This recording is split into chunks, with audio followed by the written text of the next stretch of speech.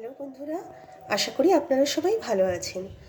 আজকে আমি আপনাদেরকে মাছের তেল দিয়ে পালং শাকের একটি রেসিপি দেখাবো।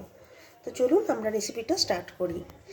আপনাদের সবাইকে মাম্পিস কিচেনে স্বাগতম। আমি এখানে কড়াইতে তেল দিয়ে দিয়েছি এবং তেলটা গরম হয়েছে। আগে আমি পালং শাকের মধ্যে যে যে সবজিগুলো দেবো সেগুলোকে আগে ভেজে নেব।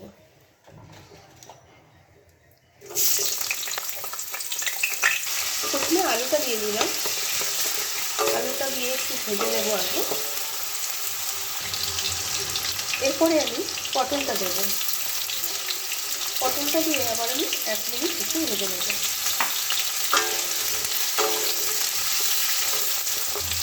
এবার আমি কুমড়োগুলো দিয়ে দেবো।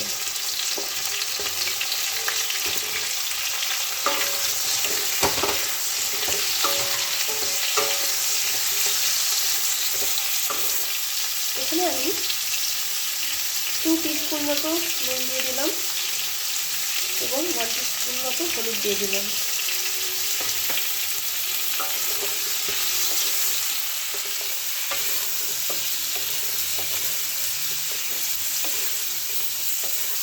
সবশেষে আমি বেগুনগুলো দিয়ে দেবো। বেগুনটা দিয়ে কিন্তু আমি বেশিক্ষণ ভাজবো না, 1 মিনিট পরেই নামিয়ে নেব, কারণ বেগুনটা খুব তাড়াতাড়ি গলে যায়।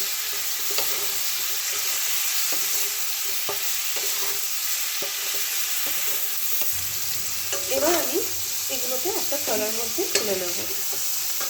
তারপরে আমি পরের প্রিপারেশনটা করব।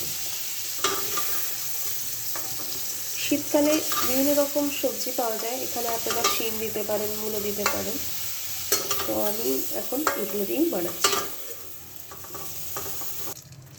আমি কড়াতে আবার একটু তেল দিয়ে দিয়েছি এবং ফোড়ন এখানে আমি 5 ফোড়ন এবং একটা শুকনো লঙ্কা দিলাম।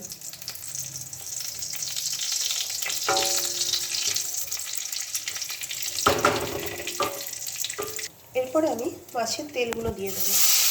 মাছের তেলটা দেওয়ার সময় একটু মিডিয়াম ফ্লেম করে দেবেন, নাহলে ফাটার সম্ভাবনা থাকবে। মাছের তেলটাকে একটু ভালো করে ভেজে নেব।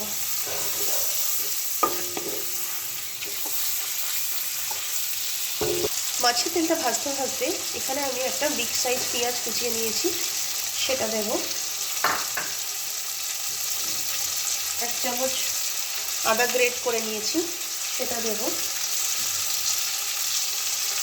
1 টিস্পুন হলুদ দেব, 1 টিস্পুন হলুদ দেবো এবং 1 টিস্পুন নুন দিলাম। ক্ষমা করবেন, ভুল বলে ফেললাম। এখানে 1 টিস্পুন জিরে গুঁড়ো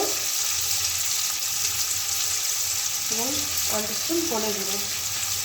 এবার এটাকে ভালো করে কষিয়ে নিতে হবে।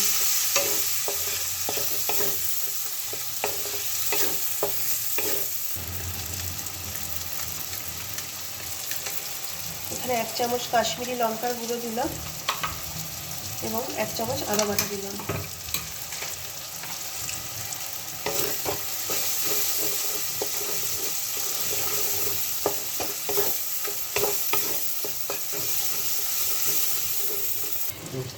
এবার আমি পালং শাকগুলো ধুয়ে রেখেছিলাম, সেই পালং শাকগুলো এবার এর মধ্যে দিয়ে দেবো।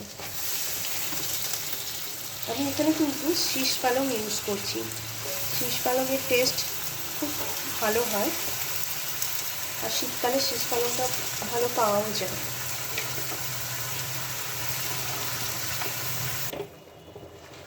পালং শাকটা আমি ভালো করে সব মশলাগুলো পালং শাকটাকে মাখিয়ে নিয়ে এটা একটু ঢেকে দেবো, তাহলে পালং শাকগুলো মেল্ট হয়ে যাবে।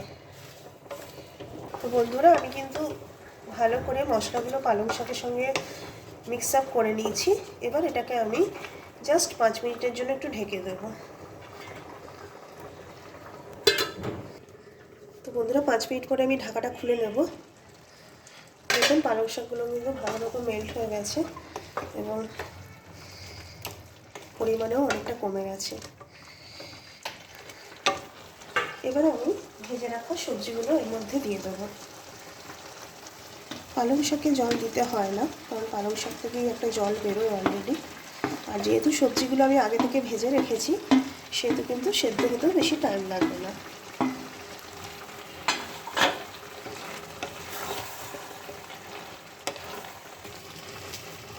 বন্ধুরা, বন্ধুরা এখানে এবার আমি একটু হাফ টিস্পুন মতো চিনি দেব।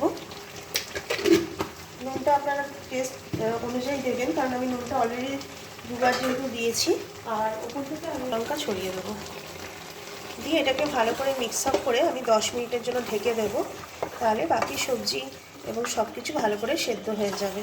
বন্ধুরা আমি 10 মিনিট পরে আবার আসছি। তো বন্ধুরা 10 মিনিট পরে আমি ঢাকাটা খুলে নেব এবং দেখুন মাছের তেল থেকে একটা সাইড থেকে হালকা তেল ছেড়েছে এবং আবার কিন্তু পালং শাক, মাছের তেল দিয়ে পালং শাকের যে ঘন্টটা পুরো টোটালি রেডি হয়ে গেছে এবং সমস্ত সবজিগুলো ভালো করে সেদ্ধও হয়ে গেছে, একদম আলুটাও ভালো করে সেদ্ধ হয়ে গেছে।